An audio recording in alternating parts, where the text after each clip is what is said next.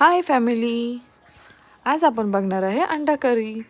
अंडा करी मी बनवत असाल, पण माझ्या पद्धतीची मी तुम्हाला दाखवणार आहे. तर तुम्ही माझ्या पद्धतीने केली तरी पण तुम्ही एकदा बनवली की सारखीच बनवून खाणार. हे तर 100% आहे.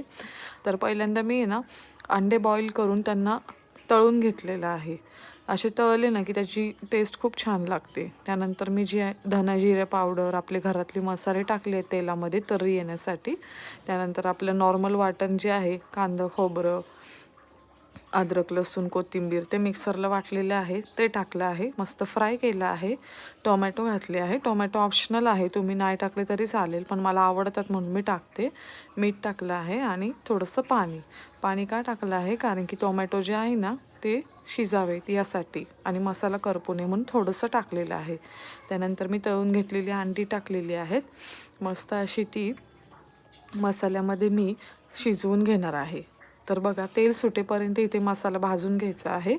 मग कोथिंबीर टाकायची आहे. कोथिंबीर पण ऑप्शनल आहे, काही जण नाही टाकत कोथिंबीर आणि टोमॅटो नॉनव्हेजमध्ये. नाही टाकली तरी पण चालेल, तुमची मर्जी आहे. त्याच्यानंतर मी थोडंसं पाणी टाकलं आहे. पाणी का टाकले, कारण मला रस्सा हवा होता म्हणून.